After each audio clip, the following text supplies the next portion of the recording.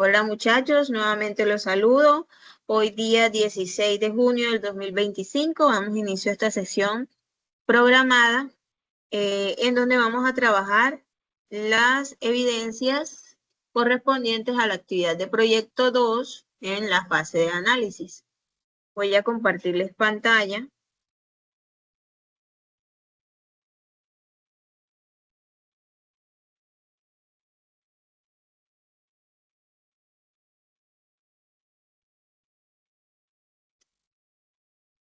Denme un momentico, ya voy a poner la presentación.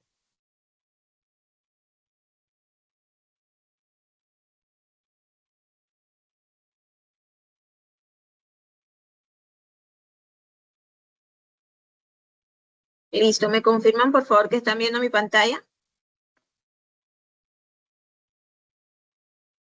Sí, señora. Sí, señor. Listo, muchas gracias por confirmar, muchachos. Hoy Sí, vamos a profe. hablar sobre lo que es el modelo conceptual bajo el paradigma orientado a objetos. Vamos a darle la introducción sobre la evidencia que vamos a desarrollar o que ustedes van a desarrollar en esta sesión. La orientación es, bueno, la evidencia es elaboración de los diagramas del modelo de dominio del proyecto. ¿En qué consiste? Bueno, ubiquémonos en la fase en la que estamos en estos momentos. Ustedes están en la fase de análisis. Recordemos que estamos prácticamente iniciando. Esta es la segunda sesión o la segunda evidencia correspondiente a la actividad de proyecto 2, donde la competencia es desarrollar la solución de software de acuerdo con el diseño y metodologías de desarrollo. Recuerden que los resultados de aprendizaje a alcanzar en esta actividad de proyecto es modelar las funciones del software de acuerdo con el informe de requisitos. La evidencia que ustedes van a tener asignada el día de hoy es la elaboración de los diagramas del modelo de dominio. Entonces, vamos a, aquí en estas diapositivas que ustedes van a tener accesibles también a través del Drive, van a encontrar los lineamientos y cómo lo van a presentar. Sin embargo, en el desarrollo de esta sesión vamos a explicarles un poco más sobre lo que es esto. Antes de dar inicio, quisiera saber si alguien sabe lo que es un paradigma.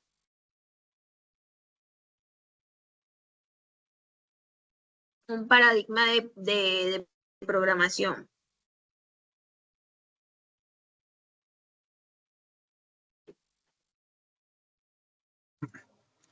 Profe, yo lo entiendo como si fuera una forma de pensar a la hora de programar, orientar objetos y diferentes cosas. Correcto. Un paradigma es como una forma, una manera de analizar el problema o lo que vamos a desarrollar, ¿cierto? Entonces, cuando hablamos de orientado a objetos, en este paradigma se utiliza para la construcción de software y es importante porque, o sea, es bueno utilizarlo porque este paradigma nos permite a nosotros ver ese problema ajustado a la realidad, ¿sí? De una manera en que nosotros podamos, ¿cómo les explico?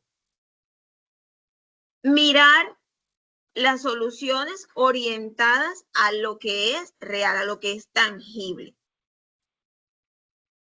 Recordemos que un paradigma en programación es, como les decía, un enfoque, un estilo, una manera de ver y organizar el código y el análisis de nuestro programa. Existen varios paradigmas. Ahorita nos vamos a enfocar en lo que es programación orientada a objetos. Cuando hablamos de programación orientada a objetos, muchachos, nos permite de una manera analizar el problema teniendo en cuenta o haciendo una analogía entre lo que vamos a solucionar comparado con los objetos reales. Es decir, cuando vamos a hacer, digamos, un inventario, vamos a realizar una factura, ya nosotros estamos enfocando esa programación de esa factura y le estamos haciendo una analogía, una comparativa entre lo que es una factura que vamos a programar nosotros en el software y una factura real, una factura tangible. Es por eso que nos orientamos a objetos, algo que es real, algo que en la realidad nosotros podemos tocar, palpar y que le podemos dar una realidad, podemos tenerlo real, tangible. Entonces, cuando tratamos de llevar esa analogía, tenemos que conocer los datos que vamos a trabajar en esos objetos. ¿Sí? Digamos que la factura, ¿cuáles son los datos? Mi objeto sería la factura, ¿cierto?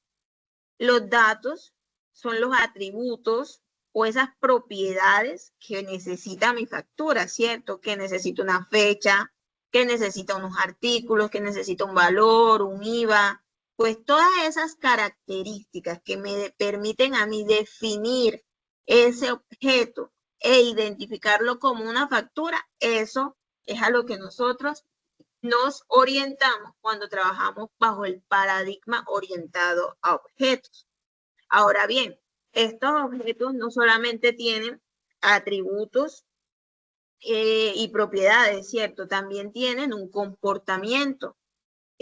A esos comportamientos, a esos diferentes funciones que esa factura o ese objeto, siguiendo como el ejemplo, ese objeto puede presentar, los llamamos métodos o funciones dentro del paradigma orientado a objetos. Entonces, cuando hablamos de una función, ¿qué función o método puede aplicarse a una factura? Yo a una factura la puedo crear, ¿cierto? Una factura la puedo actualizar, una factura la puedo borrar del sistema, ¿cierto? Entonces, esos serían esas acciones que yo puedo realizar con ese objeto, esa factura para el ejemplo en que estamos trabajando, es lo que nosotros llamamos dentro de la programación orientada a objetos, métodos o funciones. Muchachos, hasta aquí está claro lo que es el enfoque o el paradigma orientado a objetos dentro de la programación. Si alguien tiene alguna duda, por favor, puede levantar la manito, puede hablar también. Todo está claro. Bueno, continuemos. Cuando nosotros, bueno, ya definimos lo que es la programación orientada a objetos y por qué esto es importante para trabajar esta evidencia. Resulta que nos vamos a enfocar nuevamente en el lenguaje o en el UML o lenguaje de modelado unificado que vimos en la clase pasada. No sé si a alguien le gustaría decirme, recordarme qué es un diagrama UML para hacer como la clase un poquito más amena, más participativa, dinámica. ¿Quién se acuerda qué es el lenguaje UML?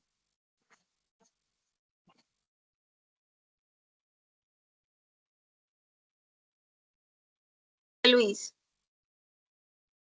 Maestra, es una representación gráfica de los procesos que va a manejar el sistema.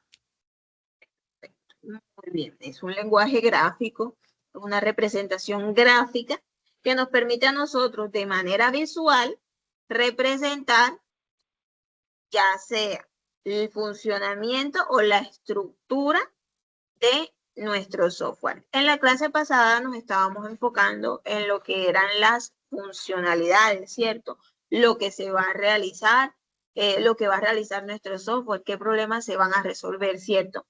Ahora, a través de UML, de este mismo lenguaje, nosotros vamos a hacer un diagrama de clases. El diagrama de clases es un diagrama estático que nos representa a nosotros la estructura de nuestro sistema.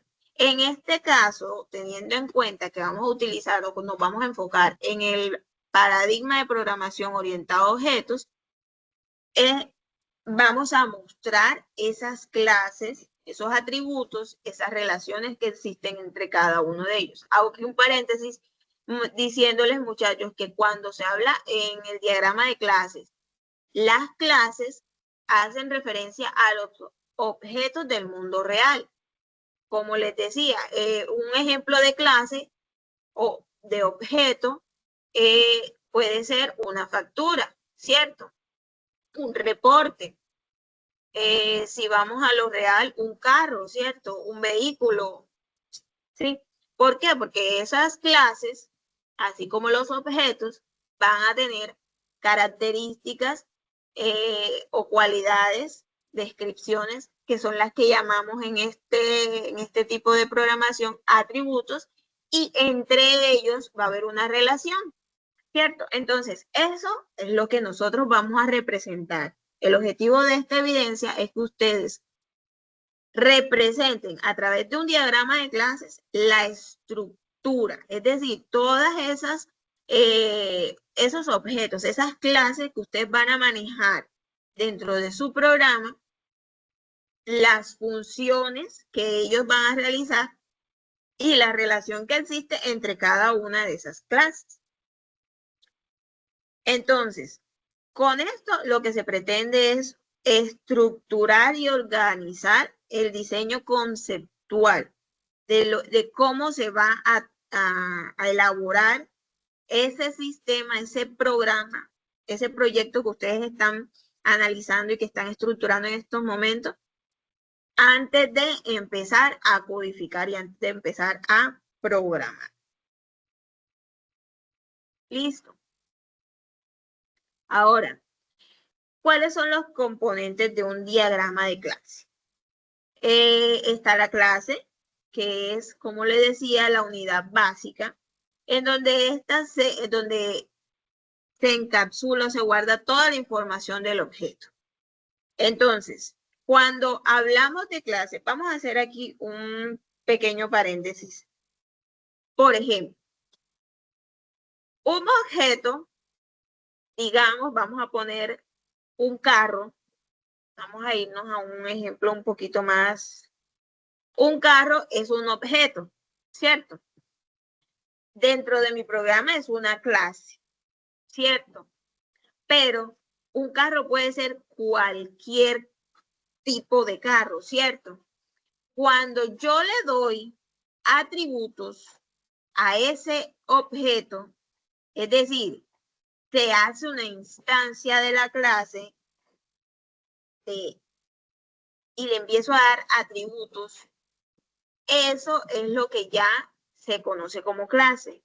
Cuando yo instancio ese objeto, cuando yo hablo de instanciar un objeto en programación orientada a objetos, es definirlo, ¿sí? Entonces ya no va a ser cualquier carro, ya va a ser el carro rojo de marca Ford que tiene una placa, no sé, XML 123, ¿cierto? Ya no es cualquier carro, sino ese carro, ¿sí? ¿Me hago entender hasta ahí? Entonces, cuando ya yo le doy una instancia, yo creo esa clase, entonces es que puedo llamar a ese objeto una clase, ¿sí?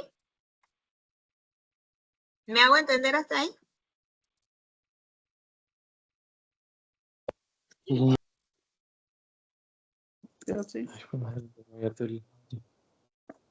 ¿Alguien está hablando por ahí? Todo bien, perfecto. Sí, bueno, señora, es entender. Listo. Bueno, los atributos, como ya lo he dicho en los ejemplos, los atributos son esas características que me diferencian una clase de otra, ¿sí? Un objeto de otro. Clase es a nivel general. La instancia de la clase o del objeto ya es la que tiene esos atributos definidos y ya no es cualquiera, sino una específica, ¿cierto? Ahora, los métodos son esos comportamientos, esas acciones que yo puedo realizar con esos objetos. Es como nosotros vamos a interactuar con los datos. lo que les decía, por lo menos. En las facturas nosotros las podemos crear, borrar, actualizar, ¿cierto? Borrar, pero de pronto si hablamos de un carro, ese carro nosotros lo podemos conducir, ¿cierto? Lo podemos estacionar, lo podemos guardar, lo podemos mandar a reparar, ¿cierto? Son muchas cosas las que nosotros podemos hacer con un auto. Entonces, dependiendo de la clase, así serán sus comportamientos, sus métodos o las operaciones que podamos hacer con ella. Listo. Ahora, ¿cómo se representa una clase a través de UML? Recuerden que UML es un estándar, ¿cierto? Tenemos unas ciertas convenciones que nos permite a nosotros entender que se está hablando de una clase. La representación en UML básicamente consta del nombre de la clase, los atributos, los métodos y o las operaciones, ¿cierto? Ahora, el nombre de la clase, recuerden, pueden ir investigando sobre lo que son los estándares de codificación para que ustedes desde ahora empiecen a tener esa buena práctica en el momento de darle nombres a las clases o definir las variables y todo eso, porque en los lenguajes de programación eso se utiliza mucho, es muy importante tener ese orden.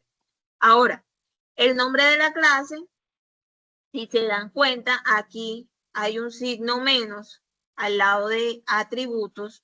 ¿Qué significa ese signo menos? Ese signo menos significa que ciertos atributos o ciertos métodos pueden ser.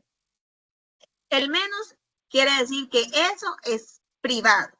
Es decir, que a esa clase no la puede manipular nadie más que ella misma o los métodos que hacen parte de esa clase. Es decir, si yo tengo varias clases en mi sistema, una clase llamada carro, una clase llamada moto, desde la clase moto yo no puedo cambiar los atributos o los métodos, ni puedo acceder a los atributos o métodos de la clase carro, ¿sí? Pero dentro de la clase carro, yo sí puedo hacer los cambios que sean necesarios, ¿sí? Entonces, eso son características que se representan, si son públicas, se representan con el signo más, y si son privadas, se representan con el signo menos, ¿sí? Entonces, hay otro estado que se puede representar, que es el método, el protegido, ¿cierto? Pero ya eso lo vamos trabajando más adelante. Hasta aquí está clara la representación del diagrama UML. Básicamente es un rectángulo que contiene tres secciones, una con el nombre, una con los atributos. Cabe resaltar que aquí pueden haber varios atributos, nombre, dirección, teléfono, bueno, si estamos hablando de un carro, color, marca, placa, tipo de carrocería, cilindraje, pues no sé, una cantidad de atributos que nosotros le podemos dar a la clase de carro, ¿cierto? Y las operaciones, todas las operaciones que podamos hacer con ese objeto o esa clase, ¿sí?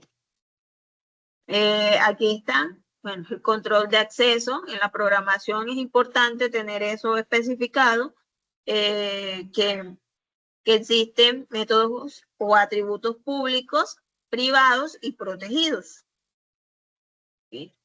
Esto es por seguridad. Aquí está la definición. Público se define un atributo o método cuando se quiere que sean vistos o accesibles por todas las clases que hay en el sistema. Mientras que privado es un método que no se puede ver ni acceder, sino únicamente por los métodos de esa misma clase. No puede ser accesible por otra clase. Y los protegidos son unos métodos atributos que solo pueden tenerse acceso a él desde la propia clase que lo define. Es decir, cuando nosotros estamos trabajando en programación, hay una clase que lo llama, que lo crea. Solamente esa clase que lo creó, que lo instanció, es la que puede modificar. Del resto, no es posible hacer. Vamos a ver aquí un ejemplo de cómo se puede representar una clase denominada producto. Quisiera aquí que alguien de pronto me haga una explicación de lo que de esa representación o esa clase que está aquí en UML. ¿Qué es esto que está aquí? Esta sección que está acá, esto que está acá, ¿a qué haría referencia? Así como los signos menos, ¿qué querrían decir? ¿Qué interpretan ustedes de este cuadro que está ahí? De este gráfico. ¿Quién quiere explicarlo? Profe, pues yo, Dayana Bolaño. Dayana, adelante. Pues, por lo que veo, dice que los signos menos como códigos, el nombre y el precio es privado, como lo acaba de decir usted. Perdón, público, como lo acaba de decir usted. Y Sí. el Interrumpirte ahí un momentico. Disculpa con interrumpirte ahí, te hago una pregunta. Exactamente. Son públicos. Son privados. Son privados. Ajá. Entonces, sí, señora. Código, nombre y precio son ¿qué? Atributos, métodos, funciones. ¿Qué son? Atributos, ¿cierto? Atributos, muy bien. Correcto. Perfecto. Y el tener precio, calcular precio, pues son privados, ¿cierto? No, acá son públicos. Recordemos que privados es el signo menos y públicos es con el signo más. Vamos a devolvernos aquí un poquito. Mire, acá donde explican las convenciones, mira que público se representa con el signo más y privado con el signo menos. Nos vamos a enfocar por ahora en esas dos características, públicas y privadas. ¿Listo? Listo, profesor. Listo. Entonces, obtener precio y calcular total serían ¿qué? ¿Qué representarían ahí de la clase? Son públicos. Privados. Públicos. Públicos. Obtener precio y calcular total son públicas. Vean que antes del nombre está el signo más. Listo. Acá habíamos dicho que estos son privadas y son atributos. Este espacio que está aquí son los atributos. Este es el nombre de la clase, ¿cierto? Producto es el nombre de la clase. Código, nombre y precio son los atributos de esta clase que se llama producto. Ahora, obtener precio y calcular total, ¿qué son? Privados. Son públicos. Métodos. Son métodos. Métodos públicos, ¿cierto? Métodos o funciones que son en estos momentos públicas, accesibles desde cualquier clase dentro del programa. Ahora, las relaciones entre las clases. Hay diferentes tipos de relación. Está una primera relación que es la asociación, cuando nosotros relacionamos, es una relación generalizada entre dos clases. Por ejemplo, una factura, si vamos al ejemplo de un objeto, de una clase factura, esta factura no es sola, ¿cierto? Podríamos establecer para crear esa factura, podríamos establecer varias relaciones que me permitan crearla, ¿cierto? Es decir, una factura necesita un cliente, ¿cierto? Además, y ese cliente yo puedo definirlo, ¿cierto? Es un objeto, es otro objeto del mundo real, ¿sí? Porque un cliente tiene nombre, dirección, teléfono, correo electrónico, tiene cédula, tiene identificación, tiene un montón de atributos que lo definen, ¿cierto? Entonces, si yo voy a crear una factura, esa factura debe pertenecer a un cliente. Es decir, entre la factura, entre mi objeto factura y mi objeto cliente, existe una relación, ¿cierto? También puedo pensar que esa factura va a tener, ¿qué compra una persona? ¿Qué es lo que compra un cliente? ¿Un qué? Un servicio o Un un carro. producto. Un producto. Sí, Un producto. un producto, ¿cierto? Entonces, acá podríamos decir que la factura también se puede relacionar con un producto o con un servicio que nosotros estemos prestando, ¿cierto? Entonces, esas relaciones genéricas que existen entre una clase y la otra se llama asociación. Esta otra relación que es la de agregación y es cuando una clase contiene a otra, pero ambas pueden existir por separado. Por ejemplo, si yo tengo una clase vehículo, ¿sí? Es una clase general, yo puedo a partir de la clase vehículo crear un carro, puedo crear una moto, ¿sí? Dentro de esa clase más amplia, más general, que se llama vehículos, ¿sí? En este ejemplo que está aquí en la diapositiva me dice, una universidad tiene muchos profesores, pero un profesor puede existir sin una universidad. En este caso, un carro puede ser un carro sin necesidad de pertenecer a la clase de vehículos y una moto puede ser una moto sin necesidad de estar encerrado en una clase más general, ¿sí? Está la relación de composición, esa es una relación fuerte, que me dice que esa clase principal, si no existe, tampoco pueden existir las clases dentro de ella. Por ejemplo, una habitación no puede existir si no está dentro de una casa, ¿cierto? Porque si fuese, ya no sería una habitación, sería de pronto un local, ya no la podríamos llamar habitación, sino, entonces, si se destruye la casa, por ende se destruye la habitación. Por ejemplo, si yo tengo un carro, ese carro dentro tiene un motor, ¿sí? Si yo destruyo el carro, por ende se destruye el motor, por poner un ejemplo, un ejemplo más. Está la relación de herencia, donde una clase hija hereda atributos y métodos de una clase padre, por ejemplo. El animal, el perro, heredaría de una clase animal, que es una clase más general, o como el ejemplo que les puse del vehículo, que crea o hereda características a sus hijos, a su hijo carro y a su hijo, digamos, a su clase hija moto. ¿Qué hay en común entre un carro y una moto? Ambos tienen de pronto color, tienen marca, tienen placas, ¿sí? Pero hay características propias de cada uno que ya no serán iguales o comunes entre ellas, sino que ya los diferencian.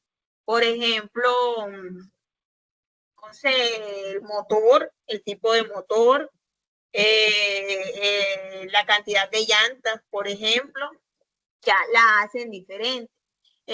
Siguiendo el ejemplo que está aquí en la diapositiva, una clase animal, un animal tiene especie, tipo, tiene un nombre, ¿cierto? Todos tienen esos tres atributos.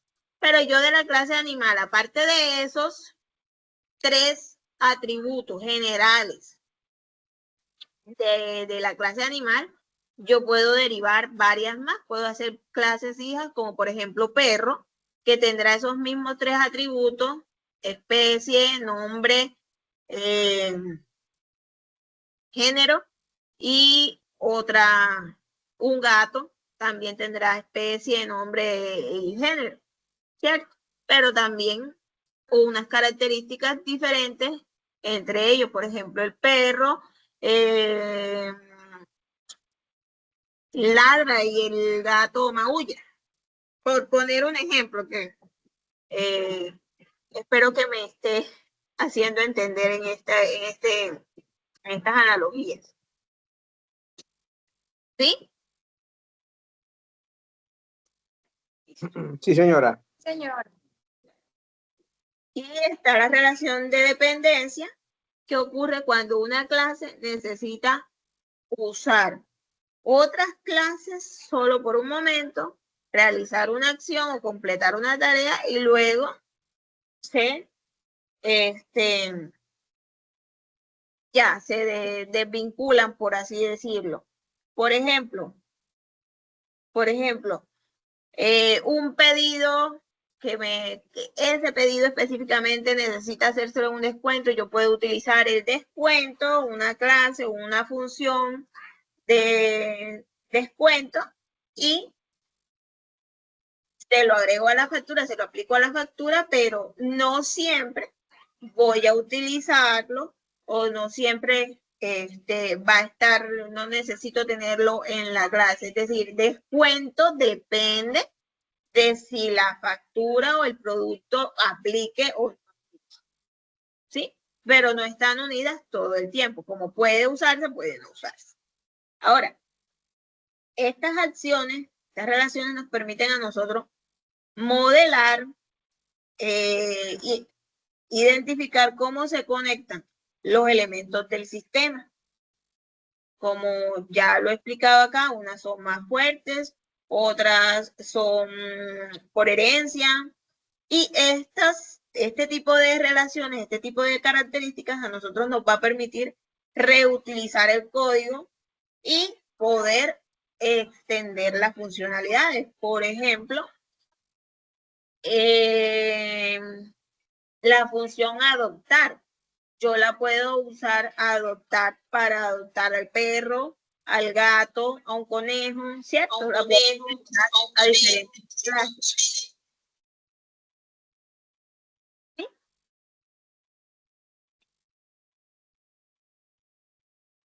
Cualquier duda, muchachos, me van respondiendo, que a veces no veo la pantalla si tienen manitos levantadas o algo así.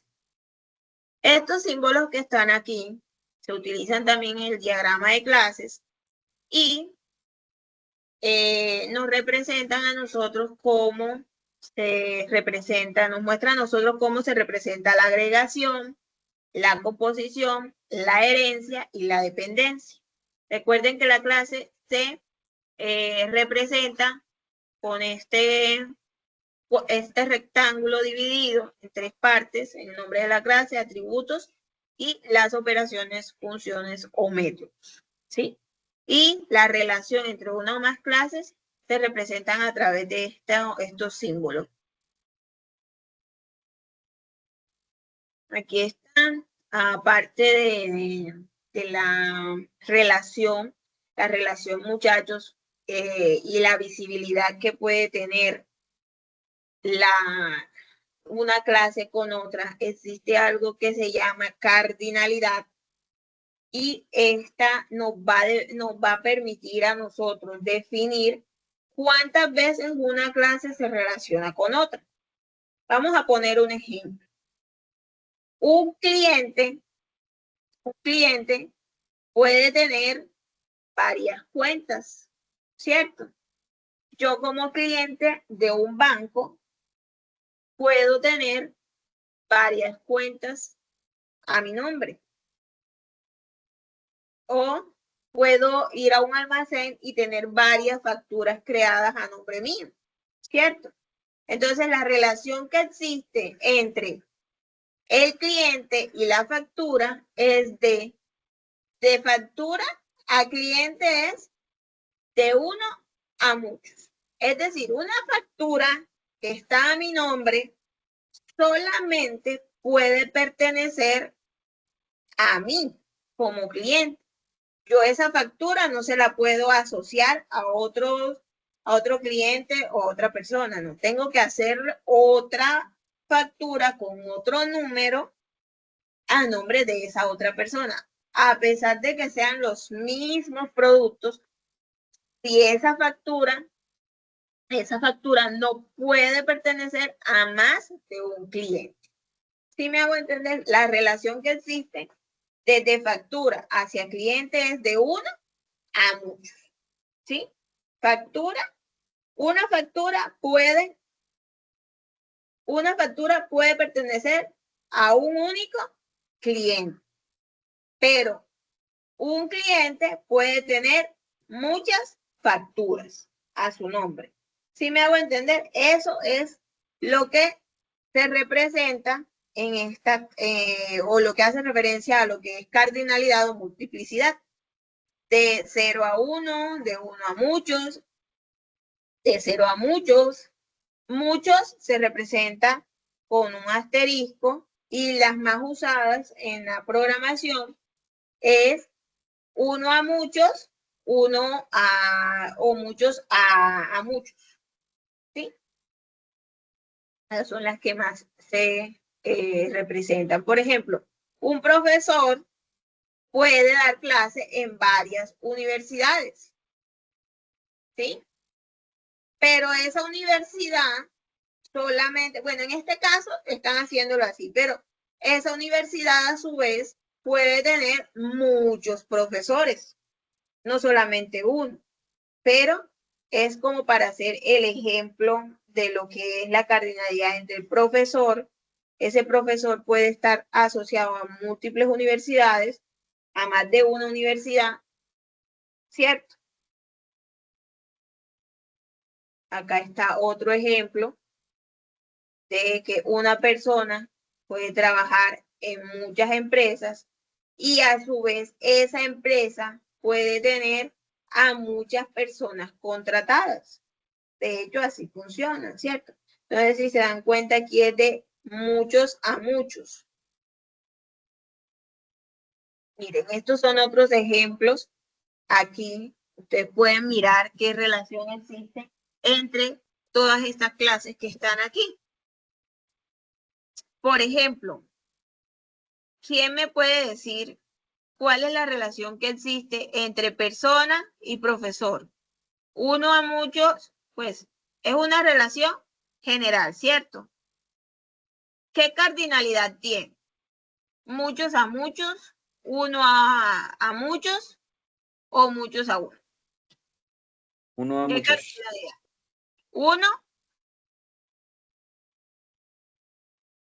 Uno a muchos. Sí, uno a muchos. Uno a muchos. Es decir, una persona puede ser un profesor y ese profesor uno a muchos. ¿Cómo lo explicarías?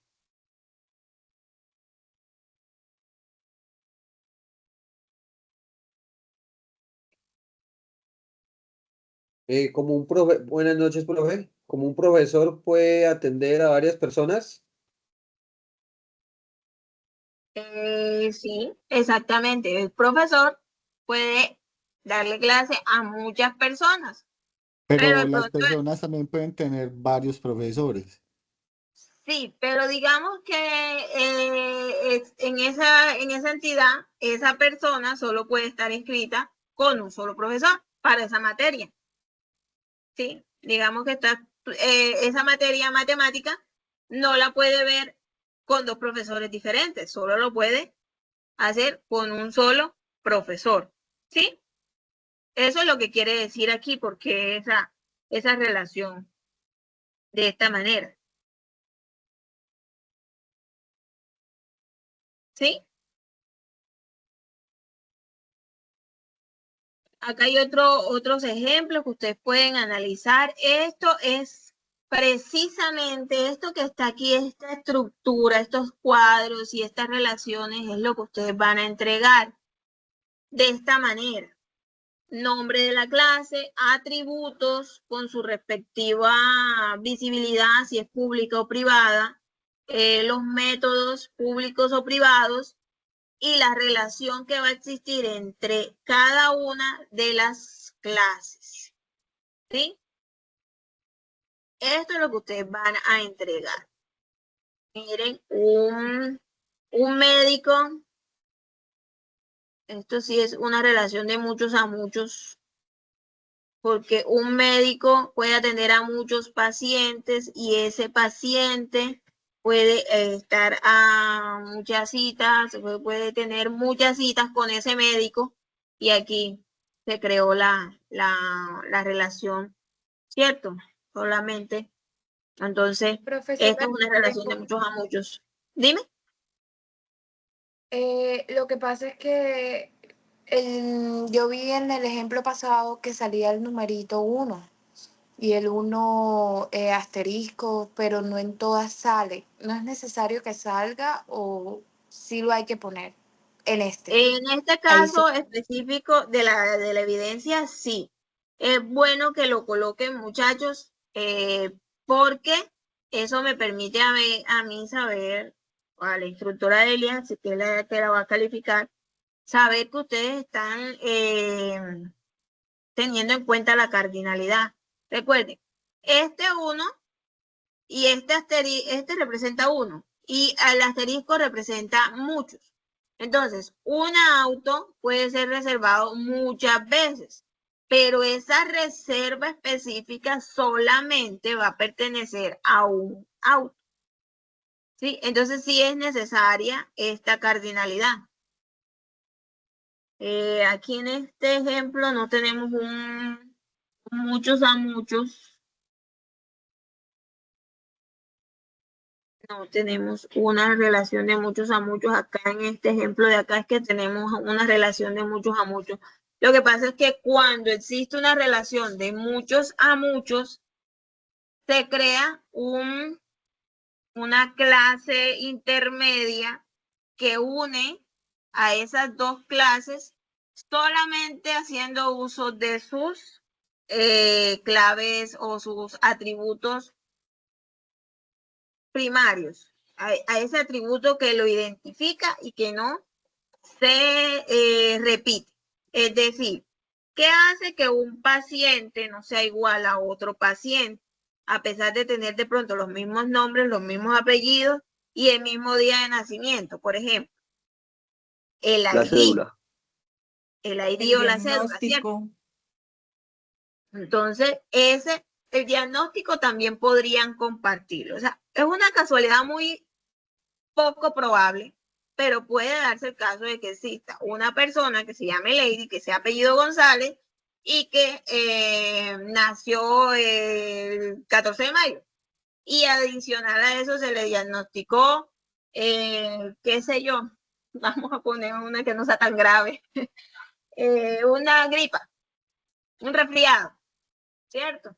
Pero si hay dos datos de esos, ¿qué me identifica que esa lady soy yo y que esa lady es otra lady? La cédula, ¿cierto? Entonces, miren que cuando existe esa relación de muchos a muchos, se crea una clase intermedia donde solamente, miren, este paciente tiene un ID de paciente o ID de cita, porque está acá, el ID de paciente está acá. Entonces, el ID de cita pasa acá, debería pertenecer aquí. Y la fecha se ubican acá, porque eso es lo que me hace que esa cita sea única y que sea de este paciente. ¿Sí? ¿Me hago entender?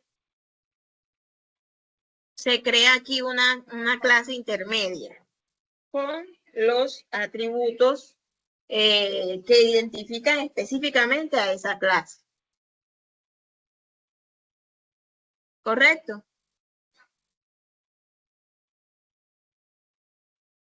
Muchachos,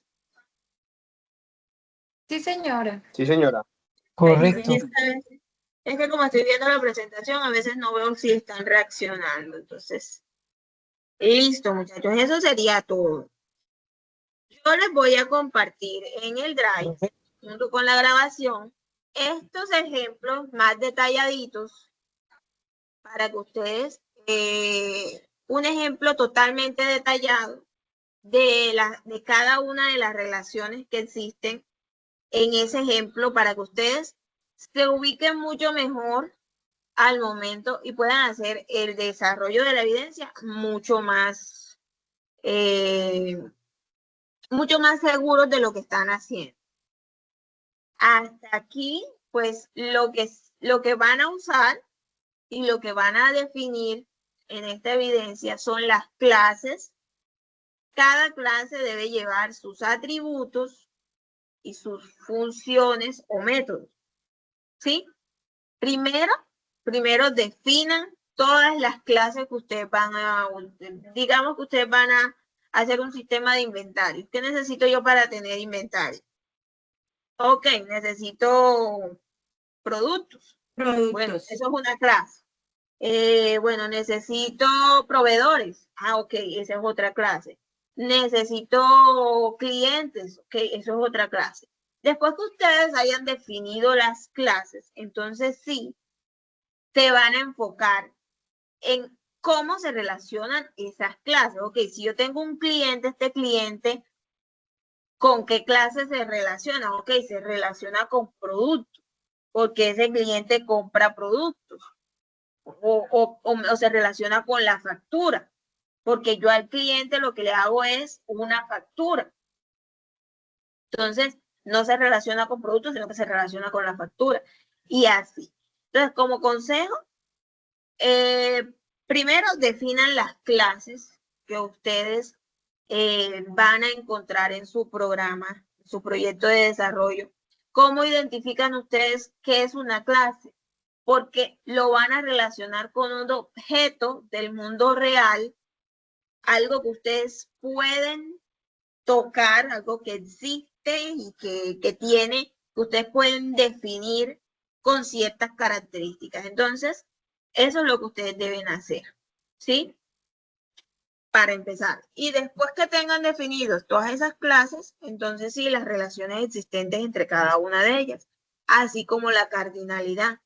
¿Sí? Un cliente, este cliente se relaciona con una factura, pero yo a este cliente le puedo hacer muchas facturas, entonces es de uno a muchos, pero entonces ahora se van desde factura hacia cliente. Una factura específica solamente puede corresponder a un cliente, entonces ya saben que es desde factura a cliente es de muchos a uno, y desde clientes a factura a muchos. ¿Sí me hago entender? Y así van analizando la estructura de su programa y le crean ese esquema para que ustedes entiendan qué es lo que van a crear cuando empiecen a programar. ¿Sí?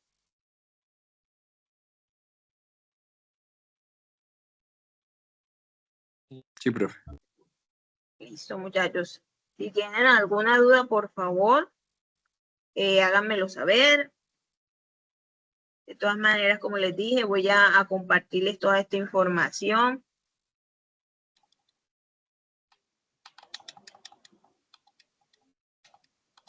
Cómo crear, yo les voy a compartir cómo crear un diagrama de clase. Profe, y de pronto también incluiría algunos ejemplos como para compararlo con eso, pues, y que sea más gráfico. Claro que sí, eso es lo que voy a compartirles. Les voy a compartir estas diapositivas, les voy a compartir como una especie de tutorial de cómo hacer un diagrama de clases, cómo se organizan para hacerlo, y un ejemplo bien explicado, bien detallado de un diagrama de clases, pero bien explicado para que ustedes comprendan cada una de las características de ese diagrama. Les explico, bueno, este es el nombre, aquí se utiliza esta cardinalidad por esta razón, todo eso se lo voy a compartir en el Drive junto con la grabación. ¿Ok? Instructora, una duda. Muchas gracias. Sí, dígame. Según los ejemplos mostrado, Ujú. en las clases, en los atributos se evidencia como el tipo de dato. No sé si también hay que incluirlo, no escuché sobre el tipo de dato. No, en este primer esquema no van porque todavía no les he hablado de lo que son los tipos de datos. Ya lo hablaremos más adelante. Recuerden que estamos apenas en la base de análisis, es como para tener una idea general de lo que va a ser nuestro sistema. Y a nivel técnico todavía no estamos muy, no estamos profundizando tanto. Entonces, simplemente a nivel general, que sí, que ustedes empiecen a reconocer lo que es una clase y lo que es un atributo y una función, un método, ¿sí? Ya más adelante ustedes empezarán a entender lo que es un método void, lo que es un método que retorna un entero, que retorna una variable, ¿sí? Lo que son las variables, si son de tipo entero, char, double, pues todo eso ya lo iremos explicando en la medida que vayamos avanzando. Listo, muchas ¿Dale? gracias. Con gusto.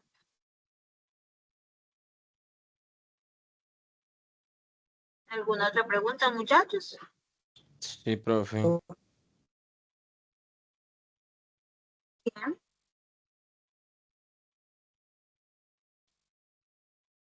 Bueno, muchachos, no escucho más preguntas, Profesora, entonces. Sí, dime. disculpe, ¿esta vez va a pasar la asistencia o no va a haber asistencia? No, como les digo, la asistencia la estamos tomando, pues como yo no tengo el enlace, yo no sé si la profe Delia les estaba pasando asistencia, pero de todas maneras, Teams me genera una lista de las personas que se conectan a la sesión, entonces desde ahí tomo la asistencia directamente. Profe, ¿eso se realiza en Lucichar o lo podemos escoger de otra aplicación? Cualquier aplicación con la que ustedes se sientan cómodos, está Lucichar, está Canvas, pues hay una gran cantidad de herramientas con las que ustedes pueden trabajar diagramas UML y que son fáciles y sencillas de usar. Entonces, cualquier aplicación, Lucichar la recomiendo, es bastante sencilla y es en línea. Pueden utilizar esa, pueden utilizar Canvas. Listo, Pueden profe. trabajar en grupo. Pueden trabajar en grupo. Por acá en el chat me preguntan si pueden trabajar en grupo, si lo pueden hacer. Claro, ustedes ya tienen unos grupos organizados, ¿cierto? Y si ustedes empiezan a trabajar en ese grupo, la idea es que todas estas evidencias que van orientadas al proyecto, ustedes las trabajen juntos para que contribuyan y todos conozcan lo que van a hacer, ¿cierto? Este diagrama de clases lo van a hacer con base al proyecto que ustedes van a desarrollar. Tienen que ir buscando ese proyecto. Ahora, si no tienen un proyecto, también yo no sé si la profe Delia les ha compartido unos casos de estudio, pueden hacerlo a través de esos ejemplos, de esos casos de estudio.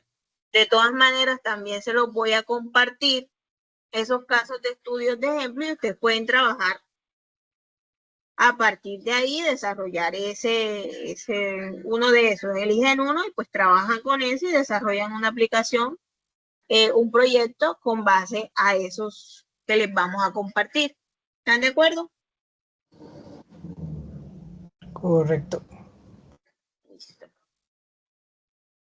Profe, en el Drive va a enviar los ejemplos para guiarnos. Sí, claro. Sí, porque ahí solo subiste uno, pues, lo de las diapositivas, pero subieron otro de material de apoyo con ejemplos, pero hay unos links y no dejan abrir. Sí, lo que pasa es que tengo que hablar con la profe si ella los tiene listos. Yo tengo unos, entonces yo se los comparto también, pero como no los tengo como aquí a la mano, no, pero yo sí se los voy a compartir. para que ustedes los lean y va a estar bastante bien detallado porque yo los tengo bastante específicos. Entonces, yo se los comparto. Tengo una preguntita. Buenas noches, profe. Buenas noches. En Sajuna tenemos una fecha de entrega del 28 de agosto, pero con fecha del 2024. ¿Eso se actualizará? ¿Y qué fecha tiene? Bueno, recuerden que las evidencias están con fecha, o sea, fecha programada, fecha normal, para que ustedes la trabajen en una semana. Es decir, hoy es 16, al 23, perdón, al 22 al domingo 22, se cumple la semana, ¿cierto? 22 de junio. Yo tengo que verificar la plataforma, lo que pasa es que, muchachos, ha estado bastante intermitente en estos días, no hemos podido ingresar bien a esa plataforma. Pero las entregas van desde el 16 hasta el 22. Desde allí, desde el 22, creo que una semana más pueden entregarlo, pero ya les marca entregas tardías, ¿sí? Ok, profe, gracias. Listo.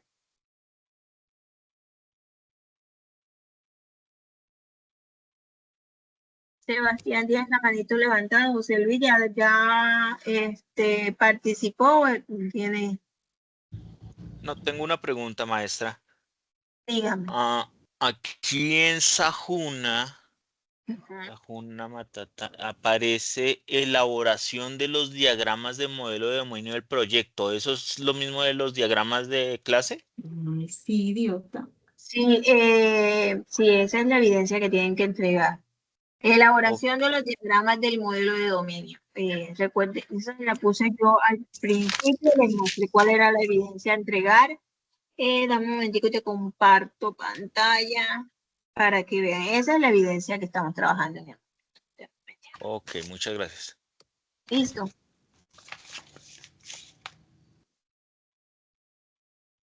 Wilson.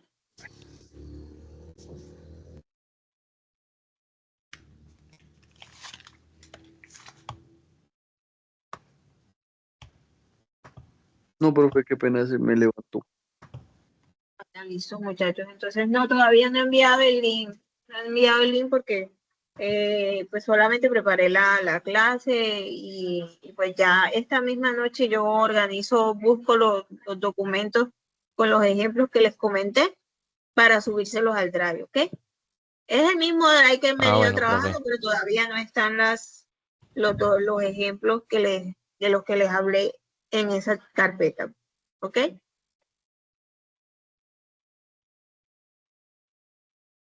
Bueno, muchachos, entonces muchísimas gracias por estar aquí atentos a estas sesiones.